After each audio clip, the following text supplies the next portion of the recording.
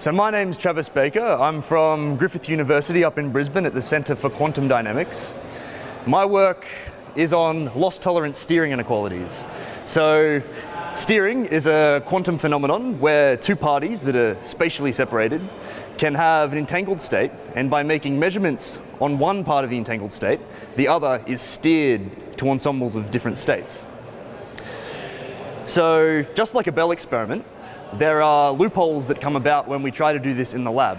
One such loophole is the detection loophole. So my work is focused on closing this loophole in a generic sense for any steering experiment that might be done. And I've been able to do this.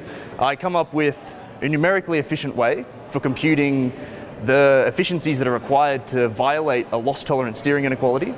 And it's computable up to numerical precision, and it can be done for any state that can demonstrate steering.